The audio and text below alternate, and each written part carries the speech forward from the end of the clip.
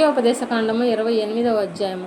నీవు నీ దేవుడైన యెహోవా మాట శ్రద్ధగా విని నేడు నేను నీకు ఆజ్ఞాపించుచున్న ఆయన ఆజ్ఞలన్నిటినీ అనుసరించి నడుచుకొనిన ఎడల నీ దేవుడైన యెహోవా భూమి మీదనున్న సమస్త జనముల కంటే నిన్ను హెచ్చించును.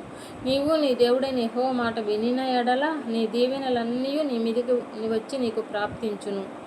నీవు పట్టణంలో దీవింపబడుదువు, పొలంలోనూ దీవింపబడుదువు.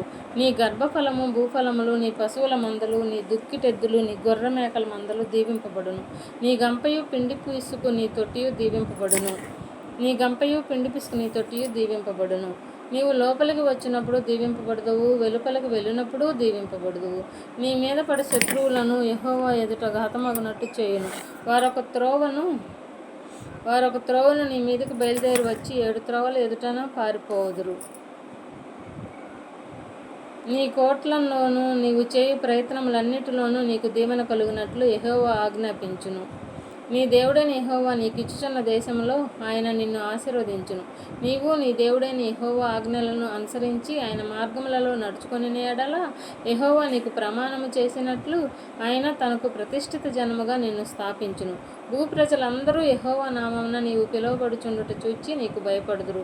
మరియు యెహోవా నీకిచ్చేదనని నీ పితరులతో ప్రమాణము చేసిన దేశమున యెహోవా నీ గర్భఫల విషయంలోనూ, నీ పశువుల విషయంలోనూ, నీ నేల పంట విషయంలోనూ నీకు సమృద్ధిగా మేలు కలుగచేయును. యెహోవా నీ దేశము మీద వర్షము దాని కాలమందు కురిపించుటకును, నీవు చేయు కార్యమంతటినీ ఆశీర్వదించుటకును ఆకాశమును తన మంచి ధన నిధిని తెరచును. నీవు అనేక జనములకు అప్పిచ్చేదువు కానీ అప్పు చేయవు.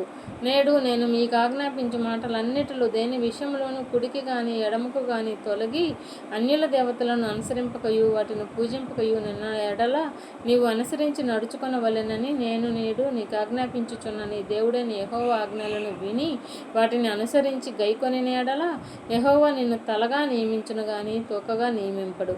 నీవు పైవాడవుగా ఉందువు గాని కిందివాడవుగా ఉండవు. నేను నేడు నీకు ఆజ్ఞాపించు ఆయన సమస్తమైన ఆజ్ఞలను కట్టడలను నీవు అనుసరించి నడుచుకొనవలెనని నీ దేవుడైన యెహోవా సెలవిచ్చిన మాట వినిన ఎడల ఈ శాపములన్నీ నీవు సంభవించును. పట్టణంలో నీవు శపింపబడుదువు, పొలంలోనూ శపింపబడుదువు. నీ గంపయు పిండి పిసుకు నీ తొట్టియు శపింపబడును. నీ గర్భఫలము, నీ భూమి పంట, నీ ఆవులు, నీ గొర్రె మేకల మందలు శపింపబడును. నీవు లోపలికి వచ్చినప్పుడు శపింపబడుదువు, వెలుపలికి వెళ్ళినప్పుడు శపింపబడుదువు. నీవు నన్ను విడిచి చేసిన దుష్కార్యముల చేత నీవు హతము చేయబడి వేగముగా నశించు వరకు నీవు చేయబోను కార్యములన్నిటి విషయంలోనూ యెహోవా శాపమును, కలవరమును, గద్దింపును నీ మీదికి తెప్పించును. నీవు స్వాధీనపరచుకొనబో దేశంలో నుండకుండా నిన్ను క్షీణింపజేసే వరకు యెహోవా తెగులు నిన్ను వెంటాడును. యెహోవా క్షయరోగము చేతను, జ్వరము చేతను, మంట చేతను, మహాతాపము చేతను, ఖడ్గము చేతను, కంకి కాటుక చేతను, బూజు చేతను నిన్ను కొట్టును. నీవు నశించు వరకు అవి నిన్ను తరుమును. నీ తలపై నీ ఆకాశము ఇత్తడి వలె ఉండును, నీ కిందనున్న నేల ఇనుము వలె ఉండును. యెహోవా నీ దేశపు వర్షమును ధూళిగాను బుగ్గిగాను చేయును. నీవు నశించు వరకు అది ఆకాశం నుండి నీ మీదికి వచ్చును. యెహోవా నీ శత్రువుల ఎదుట నిన్ను ఓడించును.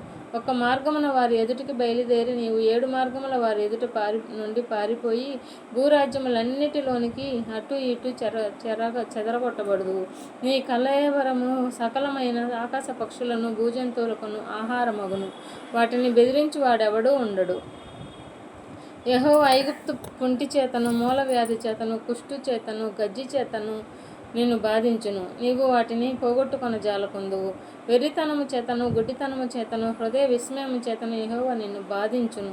అప్పుడు గుడ్డివాడు చీకటిలో తడువులాడు రీతిగా నీవు మధ్యాహ్నమందు తడువులాడుదువు. నీ మార్గములను వర్ధిల్ల చేసుకొనలేవు. నీవు హింసింపబడి నిత్యమును దోచుకొనబడదువు. నిన్ను తప్పించు వాడెవడనూ లేకపోవును. స్త్రీని ప్రదానము చేసుకుందువు గాని వేరొకడు ఆమెను కూడును. ఇల్లు కట్టుదువు గాని దానిలో నివసింపుము. ద్రాక్షతోట నాటుదువు, అది నివసింపవు. ద్రాక్షతోట నాటుదువు కానీ దాని పండ్లు తినవు. నీ ఎద్దు నీ కన్నుల ఎదుట వధింపబడును కానీ దాని మాంసము నీవు తినవు. నీ గాడిద నీ ఎదుట నుండి బలాత్కారము చేత కొనిపోబడి నీ యొద్దకు మరలా తేబడదు. నీ గొర్రె మేకలు నీ శత్రువులకు ఇయ్యబడును. నిన్ను రక్షించు వాడెవడనూ ఉండడు. నీ కుమారులను నీ కుమార్తెలను అన్యజనమునకు ఇయ్యబడుదురు.